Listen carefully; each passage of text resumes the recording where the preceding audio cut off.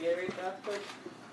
No, usually I typically keep a little better track than that, but between the elements and whatnot, and of course the Gatorade, that's water's one thing. Gatorade's bad manners because it's all sticky, but the wildest one though, there was not this one, but a couple years back there was an iceberg in one of them, and I'm not sure I've ever quite recovered, but yeah, so I try to keep an eye out for it, but then they covered it up well, and of course those defensive guys, they were kind of behind the charge on it, and Destiny and them, and so yep, but it's worth it. I mean, if it was that easy, I'd have taken the Gatorade bath before the game, but Miami Hurricanes is one of the greatest traditions in the history of college football, and those guys make anything you do out there tough. I mean, they're long and athletic, and they do a lot of good stuff. What does it mean to you guys to be the team that broke that bowl drought for WSU? You guys hadn't won a bowl since 2003. I don't know. I didn't really keep track of that. I just figured we'd win this one and go from there. But I wasn't aware or didn't think about it very much. How about the lift the defensive guys gave you, especially down the stretch there? I thought it was huge. I thought that really as a team we kind of complemented each other's play a little bit. I thought offense started pretty quick. Defense started slow. I thought special teams was reasonably steady. Of course, this weather all makes it challenging. It's challenging for everybody. The challenging part isn't to make a play here and there. The challenging part's to be consistent as you're battling some of that. And then, I thought all sides picked up for everybody. I thought our defense at the end, and and we have had a team that played well together, and we've developed into a team that plays pretty well together, and it'd be just a tough, gritty group of guys. So, and I think that all started in our locker room about a year ago. Geez, you guys didn't fasten this down. And then I think that started about a year ago.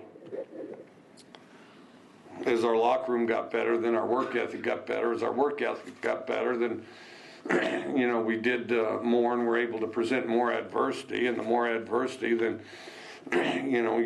after a while you wake up and you're tougher than you used to be. And so I think that's an important step for us to take. Did Miami do anything different on defense in the second half? No, not really. They made it snow more. At least 3 really big defensive plays in the red zone. How much does that speak to Alex Grinch and the mentality he's been able to instill this week? Well, I think it was really good. And they have done some of that this year. The biggest thing, early on, we were just anxious on defense. Everybody's trying a little bit and just anxious. And once they settled in, did their job together, then it's all kind of easy where everybody's working together at the same time. The other thing is, Miami's big, fast, and explosive. I mean, the name Miami alone commands attention. So, Mike, if that halfback pass, just from what you could see, if that wasn't a duck, if that's a good pass, does that work in your mind from what you could see? Based on what was out there. Well, we had 2 guys on it.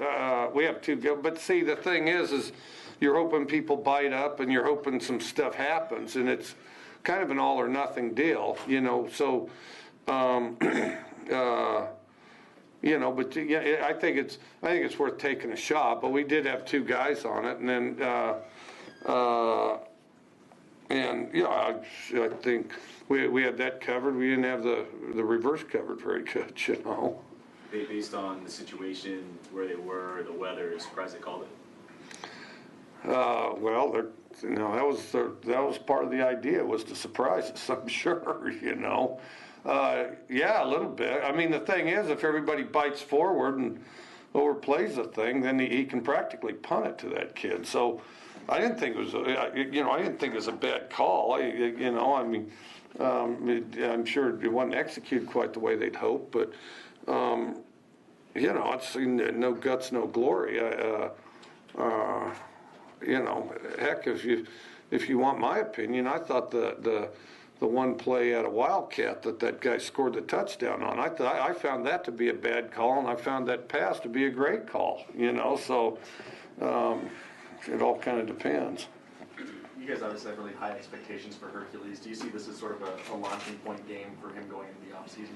No, I think he's already had a couple, you know, I mean, you know, he's on the all-freshman team, freshman All-American or All-Pac, that's, you know all the stats, but he's kind of decorated, and then, so I think, you know, that started to take off, and, you know, he's just kind of, as he realizes, you know, what he can do and what he's able to do, I think he steadily improves.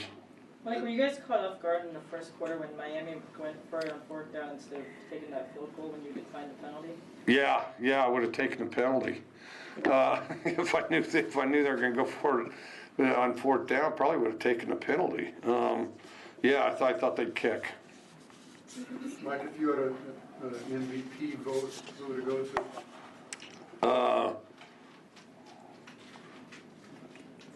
Today, shoot, that's hard to say. You know, because we had some real good stuff going out there on defense, and some of those defensive guys, like Hercules in the trenches, I mean, certainly deserve some credit. I thought Jamal played a real tough game. Jamal, you know, of our three running backs, Jamal played by far the best.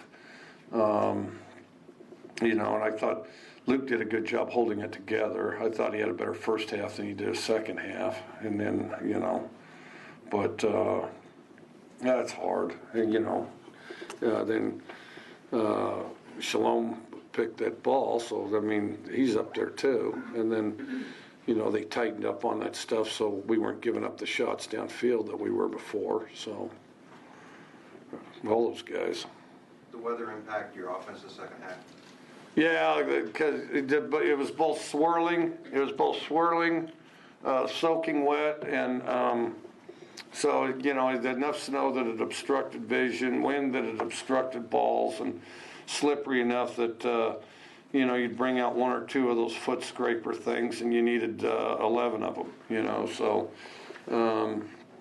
yeah, it did a little bit, but, you know, that's one of those you just hang in there. And the biggest thing, it affects consistency, you know, I mean, because in those conditions, which people play in tough conditions, and we have this year, you know, somebody's going to win the game, so it might as well be you, but it does impact consistency. You've had a kind of a race-through season like this, nice to have it finish on a note like this. No question. You know, it's especially when you consider it's a lot longer between games, you know, so, you know, the last one, it's always important to win, because it's, and then plus I think it helps catapult your off season a little bit. Mike, would you share with us anything you said to the team when you got them together off the field after the celebration on the field? What was your message to them? Well, you mean after the game altogether? Really just thanked our seniors, pointed out that, you know, I felt like, you know, we're a tough team that hangs in there and finds ways to win, but we're also got to develop and learn the ability to put somebody away, which we had some chances to, and we have to develop that ability. And then I felt like, well, and then just proud of them for hanging in there, and then in particular our seniors. Our seniors are the ones, you know, that got here where we weren't a real mentally healthy team, and they're the ones that persevered and hung into things, you know, to you know, become a good, solid, tough locker room. And then the other thing is as I've mentioned before, I mean, you know, this isn't an average team we played. You know, University of Miami's a great team. Yeah, not only is their record good, but you know, you guys that follow the draft and all that, and granted, those guys screw that draft up all the time. But the thing is, it's going to be full of hurricanes. You know, it's not, you can't throw a dead cat without hitting a hurricane at a draft if somebody's drafting somebody. So. Can you talk about what Destiny Bay has done this year on the defensive line? Very stable, great leader. I think really started a pipeline of those island guys, you know, just by his example and his presence, his success, you know, because he was kind of one of Joe's early guys. And then, you know, just a real steady, solid example type of guy for everybody to follow. Thank you, Coach.